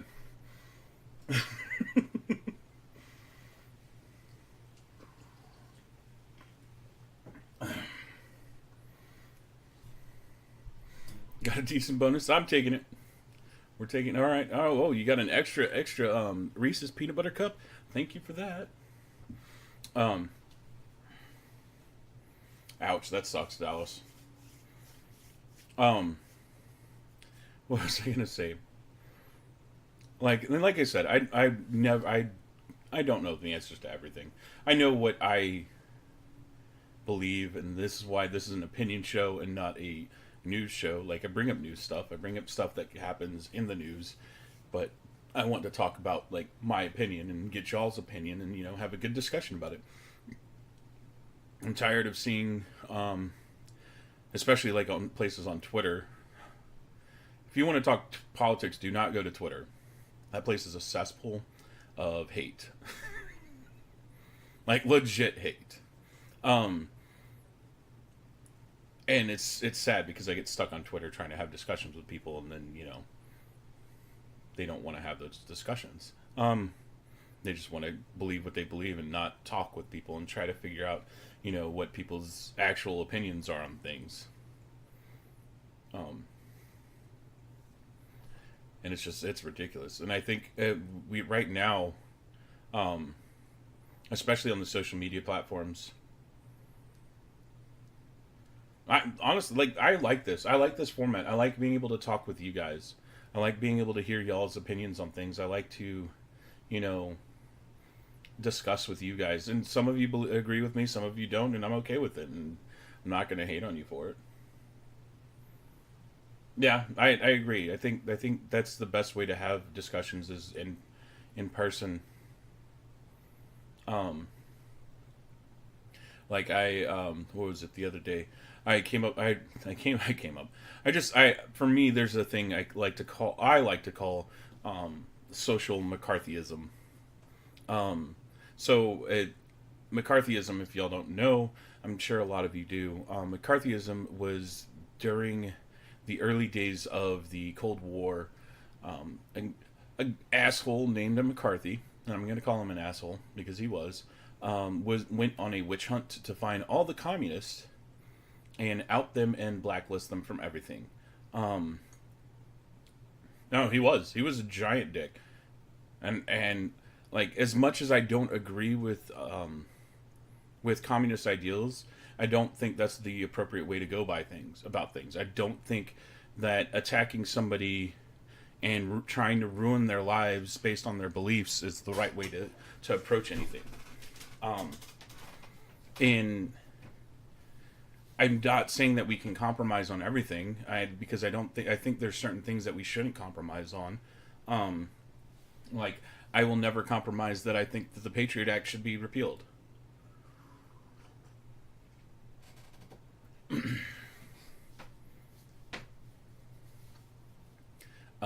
And things like that. So, but McCarthy went on this witch hunt, and he went into Hollywood. He went into, DC, and found anybody and everybody that could be associated with the Communist Party, and outed them, and then tried to have them all blacklisted, and tried to have them basically fired from their jobs and stuff like that. And right now, currently, we're seeing something very similar happen on the internet. Well, I say on the internet, but mostly on social media platforms, whether it's YouTube, whether it's Twitter, on Facebook, um, and I don't agree with it. I don't agree with witch hunting and trying to associate people with people that we don't agree with their ideals, and then using terms like fascist or communist to describe them. You know, like that's, to me, that's the inappropriate way to go about it. It's not a way to try and run a country and try to, you know, bring people together, and you're just going to end up splitting more people apart. It was so funny because, like, and I've been very open with you guys about my voting history. I didn't vote for Obama either term. No, and they're not, and that's part of the problem, is that nobody wants to listen to somebody else's side. They just want to say, "Oh, well, you don't agree with me. Well, you must be a Nazi. Well, you don't agree with me. You must be, you know, a communist. You must be a socialist." You know, and I putting a label on somebody like that just because they don't agree with you isn't the appropriate way. Now, if they do have socialist ideals, like if they do have very, you know, Nazi ideals, and we have to be more, you know, understanding on what those ideals were, is, you know, creating a ethnically pure state, making a, you know, a very totalitarian state where people can't be of different origins and people can't have any other ideas. That's a, like, that's the antithesis of what this country was based on. But I think that it's a term thrown around so loosely that it's starting to lose any semblance of actual being. Well, thanks. I think it's losing any actual semblance of what it really means because people use it so often. Oh yeah, and that's one of the things. Like, I saw, it was interesting to me because during 2008 and during 2012 elections, like, I had told some of my friends that I didn't vote. I didn't vote, and I wouldn't vote for Obama because I didn't agree with a lot of his platforms. And somebody who was overhearing, who wasn't in my friend group, just came up to me and said, "It's because you're racist." And I was like, "What?" It's like, it has nothing to do with that. I don't care what he looks like. Like, I don't care what you look like. I want to know what you believe in and what you're trying to stand up for, you know, and what you're trying to, you know, push. And especially in Obama's when his second term, after he, you know, continued to use attack drones in foreign countries, which I'm against. I'm against international intervention unless it's a extreme need. And I don't care for the use of the military as kind of like a hitman group. It's just something I've been for since I was a lot younger. Work loves me. I'm sure it does. Oh, it does. Yeah, I'm not a fan of Team America World Police. Like, the movie was great, and it was hilarious and made me laugh. But I'm not for it. Yes, I'm all for humanitarian hazards. I'm all for sending, you know, so it's really interesting to me to see, like, people bring up how much money we spend on the military. And I, being somebody who's been around the military since I was a young kid, it kind of, like, makes sense to me why we spend so much.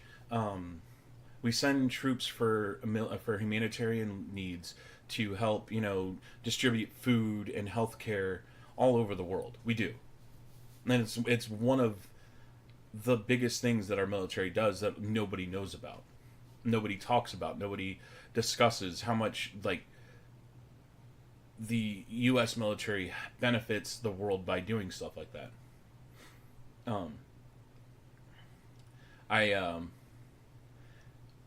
I had a drill sergeant of mine when I was going through who spent 6 months in Haiti after a natural disaster that they had down there to kind of make sure that people weren't rioting in the streets and killing each other. And like that was their entire job, was a peace force. They weren't a police force, they were just a peace force. They were trying to maintain the police or the peace, and they didn't, they didn't engage in combat, but they helped distribute uh, care and food to people who needed it, and tried to ensure that people weren't murdering each other in the streets for no reason at all. Um, and that I'm okay with. I'm okay with humanitarian effort because I think that we should try to take care of people who don't have the resources that we do living in the United States. Like a lot of people don't understand how lucky it's luck how lucky we are to live in this country. Um, as people who have just lived their entire lives in the U.S., who've never traveled abroad, who've never gone to third world countries, who've gone to developing countries. Thank you, Butsicle. Thank you, Ducks, for the stickers. Um, that have never gone to these countries don't understand how lucky we are have been born here, to have moved here, to and that goes for Canadians, that goes for people in the UK, that goes for people in Australia.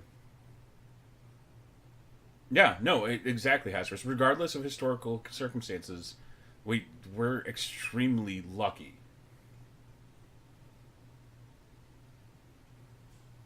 Well, yeah, if we can help other countries stabilize by giving humanitarian effort,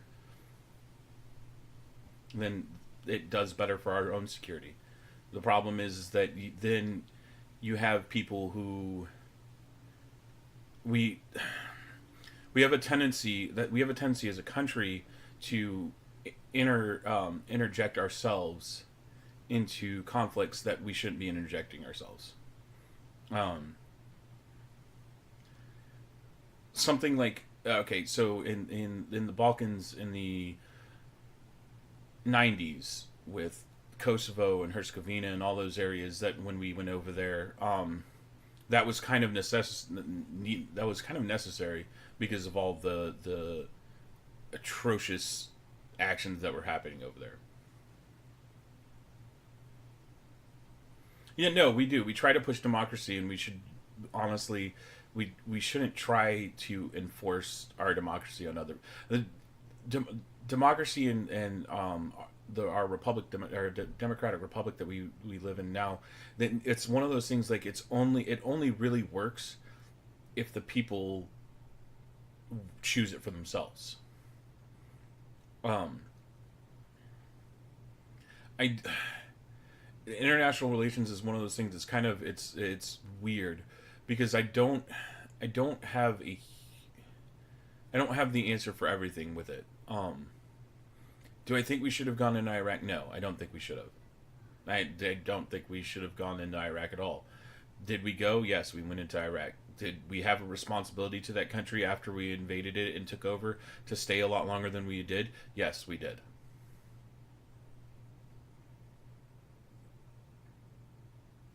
Once, like, that's been one of the biggest gripes I've had about Iraq, is that once we made the commitment to go, we should have made the commitment to stay and help stabilize that country.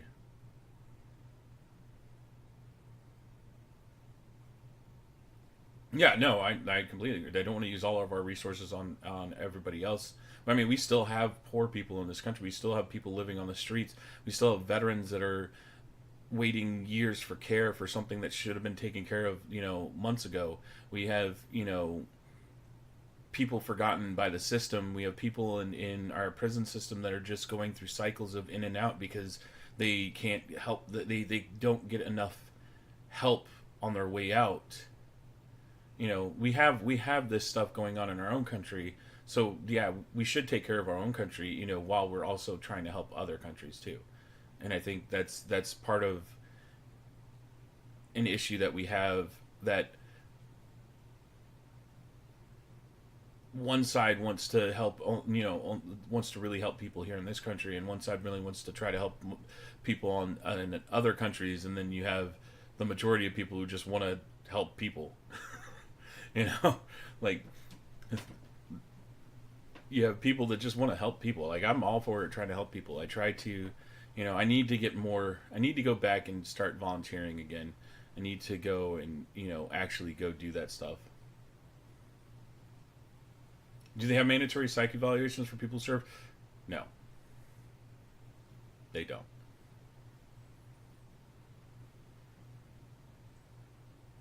Immigration, Dallas, I think we need to change it to make it easier for people to become citizens of this country. I think we need to make it easier for people to um, come into this country, but I think that we need to punish people who come in illegally.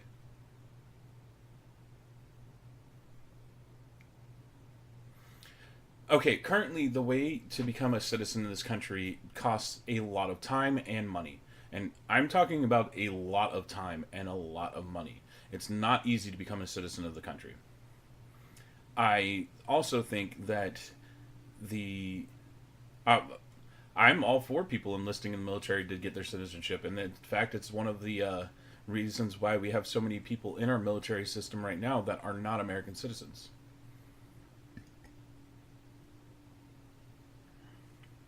But I don't think the United States system is any different from any other modern, or not modern, but any other industrialized nation. I've looked into moving to another country. I've looked into moving to New Zealand. I've looked into moving to Australia, just because I have wanderlust. I need to go places every so often. I need to go other states. I need to go other countries. It's just something that's been ingrained in me since I was a little kid, because I lived in on army bases or army installations most of my life. Um, so because I grew up that way, I have this weird need to leave every 3 to 5 years, whether it's to another country or nothing.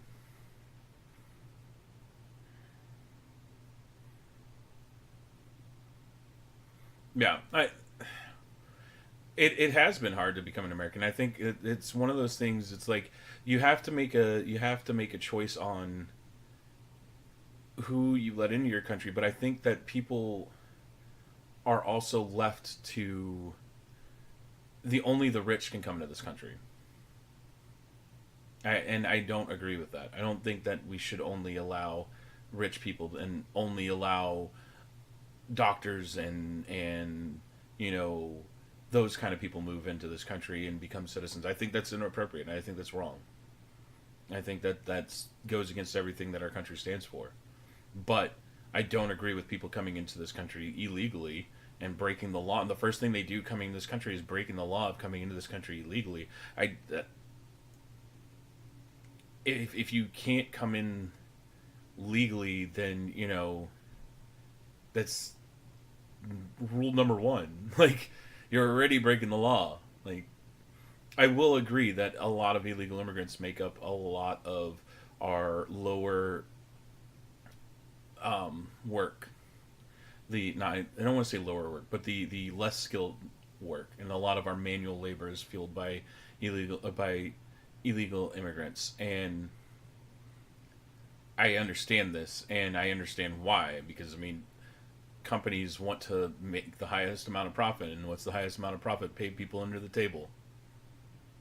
Yeah, hazardous, lower paid, more manual labor jobs. I I don't agree with that either, Dallas. I don't agree with that capitalism will be our downfall. Um, I think a well structured capitalist society can benefit. I, there's a reason why the United States is one of the leading countries in technology. Now, I'm not talking about like technological sales. I'm talking about just technology in general.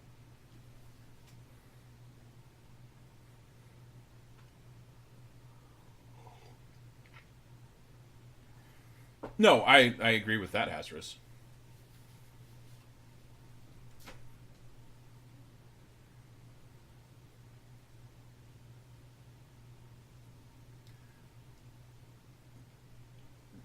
All right, here. Okay, but here's my counter to that, Dallas. All right, hear me out. This is my counter to that. Automation is becoming more and more of a thing. It's taking away more and more um, physical jobs. It's taking more and more factory jobs away. It's taking away more of the fast food industry and the service industry jobs on the lower paid jobs scale. It's taking away from that. But as was with the Industrial Revolution, taking over for a lot of the handmade items, um, we adapted and we overcame. The One of the biggest issues that we have with this now, and this is what we have a problem with now as we move more towards automation, is that you have the people that have worked at these companies for 20, 30 years. That's all they know, and now they're being thrown out to the streets. I do agree that we need to find a way to help them either retire and or become retrained. Somebody young like myself, probably like a lot of the people in this chat, can lose that job and go and retrain and find another job. Like it's not as big of an issue. Um, for and we'll lose it as soon as we start having more self-driving trucks and self-driving vehicles and stuff like. I mean, the trains, Dallas. The other than like local trains, like international, the Amtrak has been a losing effort for years. Are there 300 jobs available currently? Yes. Currently, right now, there is like this is from the latest statistics. Currently, right now, we have the largest unfilled job market. We have a we have the and a part of the another part of the problem is we don't enforce the skilled labor trades. You're not going to ever or not in the near future you're going to be able to automate electricians. You're not going to be able to automate plumbers. You're not going to be able to automate um, like vehicle mechanics. You can automate building those systems. That's easy. We've already been doing that for years. But you're not going to be able to automate the people that actually have to go out on the site and fix somebody's plumber system. Um,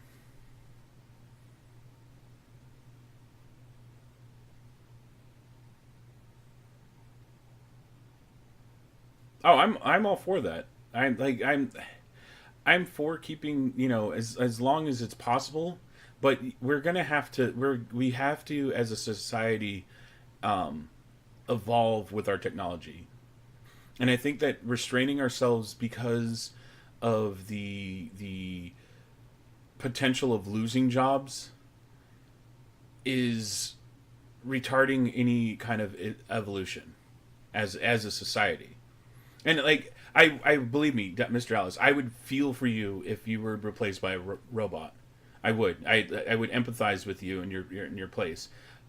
I would also say, as somebody who is a very libertarian person, that it gives you an opportunity to learn a new skill.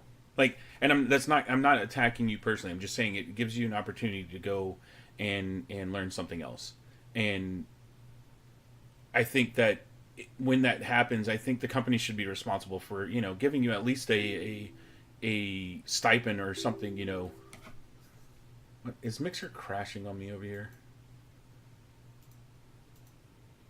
Um, I think that your company owes you, something, a severance package, or an opportunity to learn the skills, or pay, assist you in your transition from your current job to the next job. Um, if this is the case, if it's going to be like mass layoffs, that's your. Now, am I saying that every company will? No, because again, companies are trying to make as much profit as possible. That's just how they run. I think that if we move to move away from a capitalist. This is my personal beliefs. I think if we move away from a capitalist society, we tend to we restrain ourselves from actually advancing.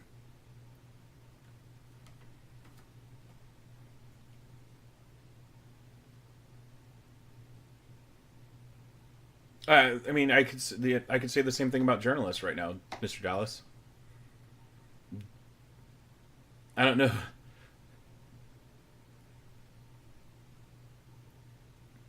No, Hasters, I'm the same way. I've never been like, I've never been in the want for money. Like, yeah, I would love money and enough money to just do anything I want, but I've never been a person that's been like, the only thing in my life that matters is more money. Like, that's just not how I have ever lived my life. I think that, yeah, we will hit a critical mass of automation. I do. We're, the journalists right now are going through that same thing right now. Look at right now. Okay, so there was some data put out by who's the people that do the viewing, um, the numbers on people who watch TV. There was data put out recently that the the three major news networks, we know Fox News, um, CNN, and MSNBC, are down. Let's see, Fox was down 1% or 2% from viewers from last year. CNN is down like 20% from last year, and MSNBC is down like 30%, something crazy. Um, our TV journalists, our newspaper journalists, they're all losing everything. They're all losing. They're losing their views. They're losing their articles read, and what the main reason for this, honestly, is because of things like this right here, where YouTubers and streamers and people who are willing to go, yeah, I just need a magic number. Just need a magic number. I'll tell you how much. Honestly, like I could live off of I could live off a decent 50, $60,000 a year and be happy. Give me $100,000 a year, I'll be real happy. Um, but like right now, to go back to what you were talking about with the with automation, journalists are starting to lose their jobs all over the place right now because of the advancement of the internet, because of YouTube, because of streaming, because of you know people are starting to come and watch us more than they're watching TV. They're going to social media for their news. They're going, and so we've been seeing. No, they don't need a network, and that's been one of the biggest problems lately. Hasser is that CNN, MSNBC, and Fox have gone more opinion pieces. They've gone more opinion segments over the past couple years, and it's honestly it's hurting them more than it's helping them. Like they got that initial bump, they got that initial okay, we're watching you because we want to see all this stuff, but they've sat on these opinions for so long, and they've tried to pass a lot of their opinions off as fact, and people are just like, okay, well now I'm bored of this because we know you're full of crap. Me, I come on here and I tell you, look, I'm just telling you my opinion, and I just want to discuss with you guys. I don't care. Like, that's that's why I started Pirate TV. That's why I called it Pirate TV, because it's a joke. Not it's this isn't a joke, but the Pirate TV is a joke. Um, if you know what I mean. But like I've been watching this happen. I've been seeing all this stuff. Dallas, this is how I am in real life, though. Um, I'm always down to talk about that stuff, and I'm always down to hear everybody else's opinions. Like I can see your fears, and I understand your fears. I understand why you're afraid of being replaced by a robot, and I hate to say it. Eventually, it's going to happen. That's just how it goes. It's been the that's been the cycle of our civilization for years, dude. I that's what I have this for though. Yeah, maybe not officially in our lifetime, but someday we'll all. Dude, I don't want to live in that world, Mimi, and I already kind of do live in that world.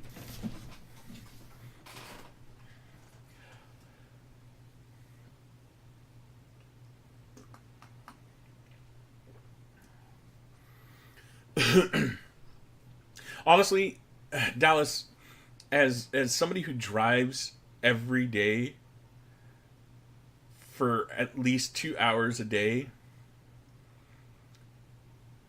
bring me the self-driving cars. Bring me the self-driving cars. I'm 100% behind that. Have y'all? Oh, never mind. I wasn't going to say that. I can't. I can't. That's against TOS. There's a video. There's a video on a website that I'm not going to bring up of people doing stuff in a self-driving Tesla, and I look forward to those days. What, Mimi? Yeah, Hassers, I agree. The day I don't have to worry about driving. Oh, I like trains. I don't know. Trains are one of those interesting things that I think would be the first. They would be honestly the first thing to go mass automated, because the rail system is easier to control from a centralized location. I think ships and planes will be the last things.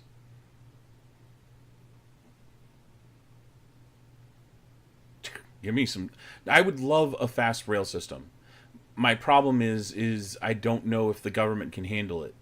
Like I said earlier, Amtrak is losing money hand over fist. We I would just like I would I don't know. Yeah, I know we're built on freight. We are. And I'm okay with that. Oh, Hasris. Hold on. Let me show you. Here's A. The reason why Amtrak loses money is because it costs as much for a train ticket as it does for a plane ticket for the same distance. That's number one. Yeah. To ride on Amtrak from like Houston to LA is the same amount as it would to be flying there. Why wouldn't I fly? Takes me freaking 4 hours to fly to 4 or 5 hours to fly to LA from Houston, when it would take me on train 2 days. Like, so they can't and the fact that they rent their rail, yeah, they rent the rail from the freight. They don't even own the rail system. They rent the rail is another issue, because they're paying more to rent the rail than they are making in ticket sales.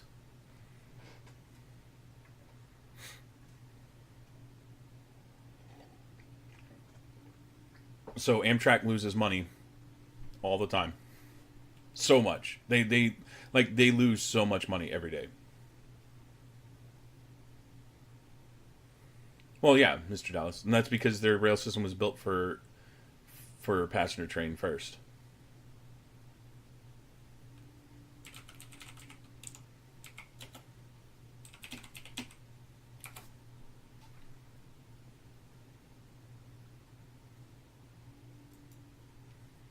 Hold on, here's an article about Amtrak right here.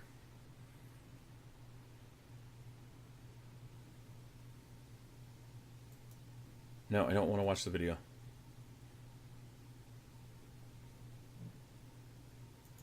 No.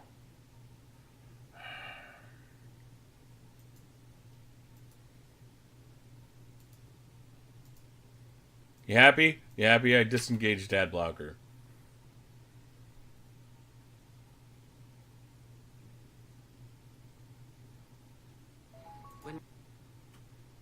Well, I mean, there's only like three major train companies in this country. I could probably tell you which one you work for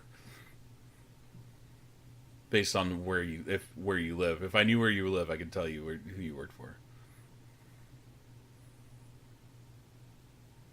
Yeah, Amtrak has been operating since '71, but has never been profitable. I saw.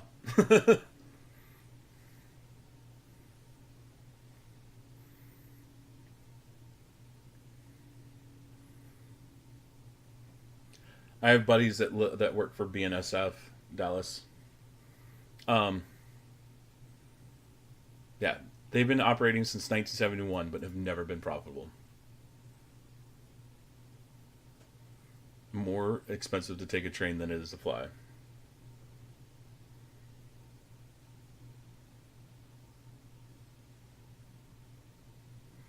Who, UP or BNSF?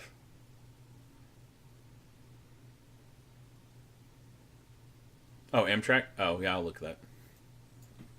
Like I said, there's only like two or three main rail companies.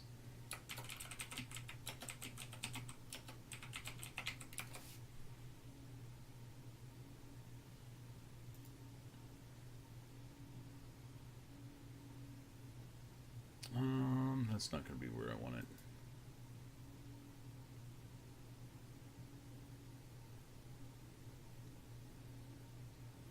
Oh, here you go.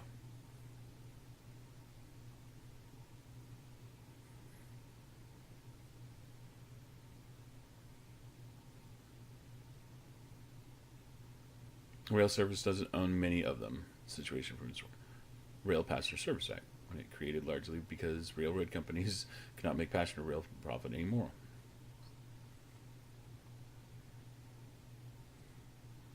How much does Amtrak not own? 97% of its routes are on tracks owned by somebody else. Damn. That's crazy.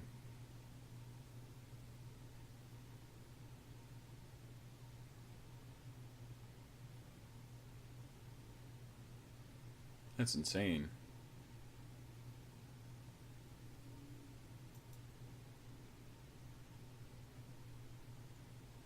I was looking for that earlier.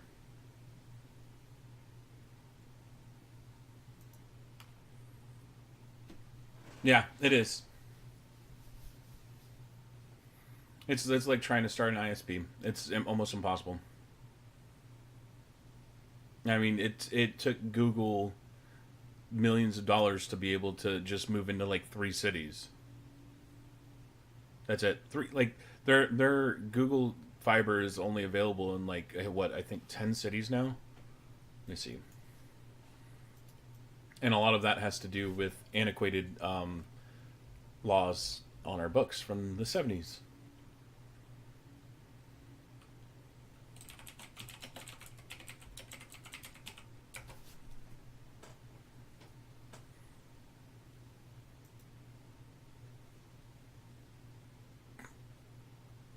I don't want to see a map of it. I don't want to see this. Yeah, that's rough.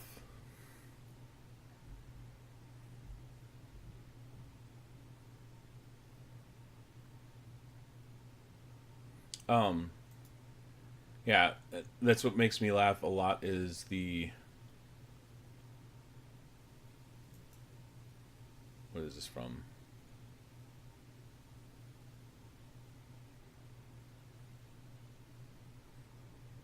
Here you go. This is an old graph, I think.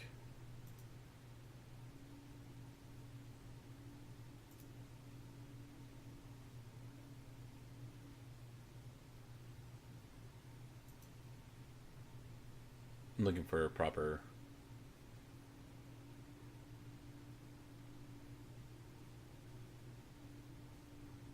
All right, so this is from almost a year and a half ago.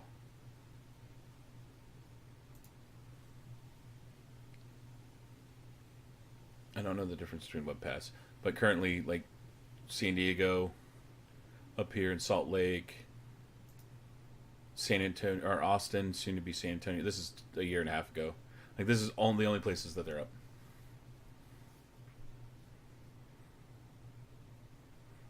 Oh no, Dallas. I'm extremely careful when I cross the railroad. I only cross one twice a day, so I don't mess around with freaking trains. They take forever to stop. By the time that they hit their brakes, you'll be down the road. 2 miles down the road.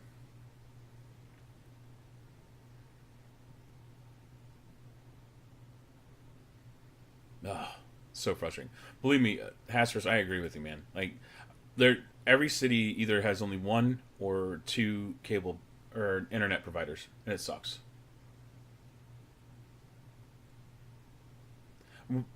And a lot of that, though, like, no, Dallas, but a lot of that is because Google.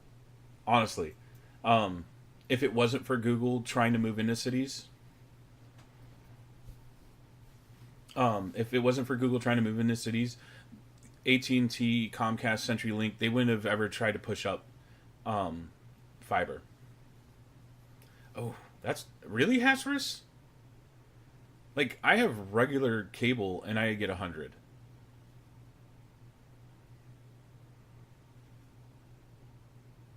Yeah, I have regular cable and I get 100. I hate Comcast. Yep, it does, Dallas, and that's why it bothers me that we have freaking this, and it's everybody thinks it's the everybody wants to try to look at net neutrality as the reason why, or is would be the biggest thing for internet, but in all honesty, I think it's the 1970s or 1976 Telecommunications Act.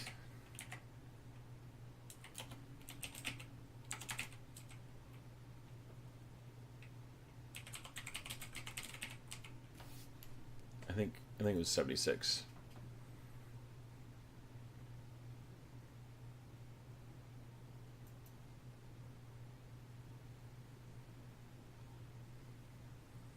Oh yeah, I know Hasserus.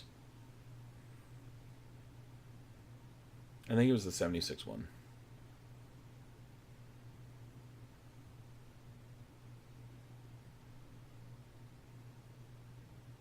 Um, but there was a federal law that was pushed um, that changed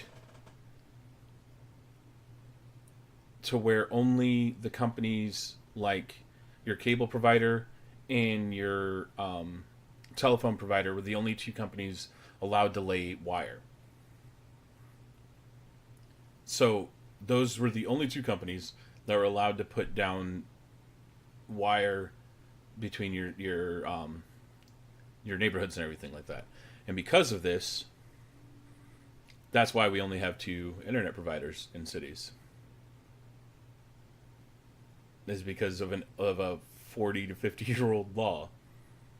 Um, because they're the only ones allowed to lay the wire. So if another ISP wants to come in, they have to rent wire from or rent the lines from from an ISP from another ISP in the area.